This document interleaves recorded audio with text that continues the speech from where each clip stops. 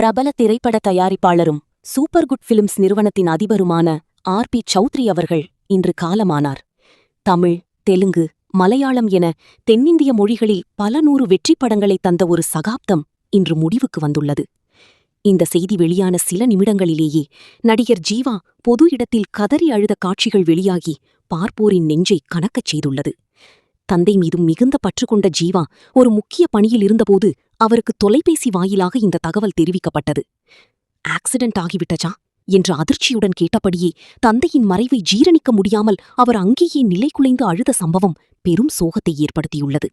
நேற்றுதான் நடிகர் ஜீவா சேலம் அருகே கார் விபத்தில் சிக்கி நூலிழையில் உயிர் தப்பினார் என்ற செய்தி வெளியானது.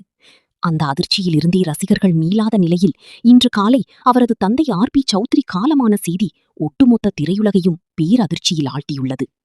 ஆர்.பி. சௌத்ரியின் மறைவையொட்டி கோலிவுட்டின் முன்னணி நட்சத்திரங்கள் மற்றும் தயாரிப்பாளர்கள் தங்களது ஆழ்ந்த இரங்கல்களை தெரிவித்து வருகின்றனர்.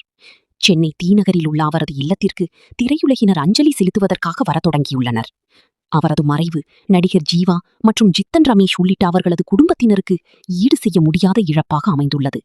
இறுதிச் சடங்குகள் குறித்த கூடுதல் விவரங்கள் விரைவில் வெளியாகும் என எதிர்பார்க்கப்படுகிறது.